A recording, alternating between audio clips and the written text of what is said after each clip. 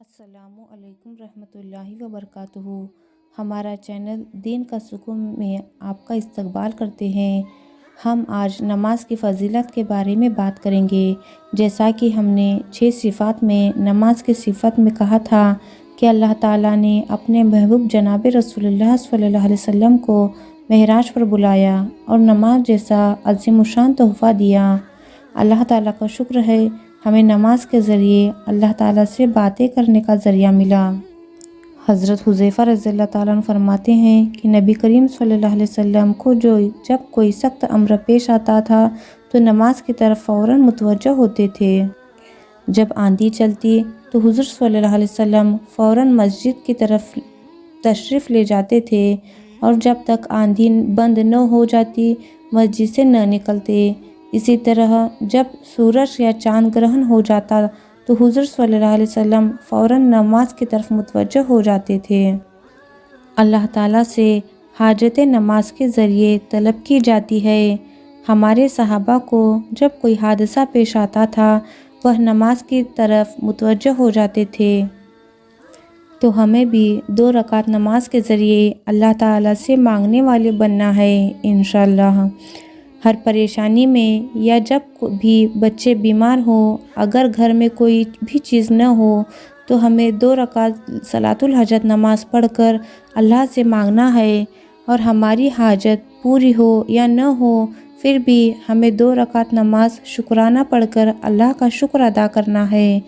روزانہ کی زندگی میں لوگ درگاہ میں جا کر منت مانگتے ہیں، تو ہم 2 رکعت نفل نماز پڑھ کر اللہ سے اپنی منت کو مانگے۔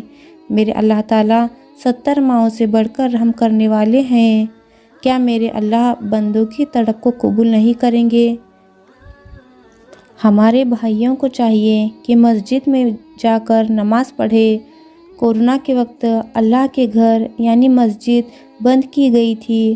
جب ہم پریشان تھے، ہم تڑپتے تھے کہ ہمیں مسجد میں نماز پڑھنی ہے۔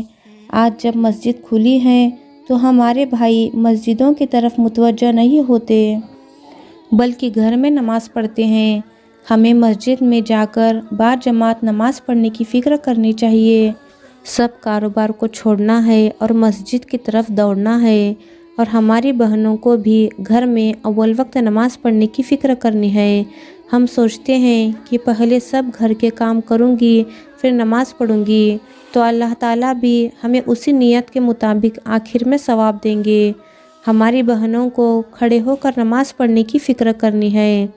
ہم بازار میں گھسیٹتے رینگتے تو نہیں جاتے، 2 گھنٹے ہم بازار میں چلتے پھرتے ہیں، پھر اللہ کی دی ہوئی نعمت یعنی نماز ہم بیٹھ کر کیوں پڑھے؟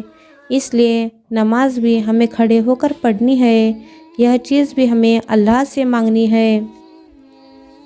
ایک حدیث میں ہے کہ حضور اقدس صلی اللہ علیہ وسلم کا ارشاد ہے، جب نماز کا وقت آتا ہے تو ایک فرشتہ اعلان کرتا ہے کہ اے آدم کی اولاد، اٹھو اور جہنم کی اس آگ کو جسے تم نے گناہوں کی بدولت اپنے اوپر جلانا شروع کر دیا ہے اس کو بجھاؤ۔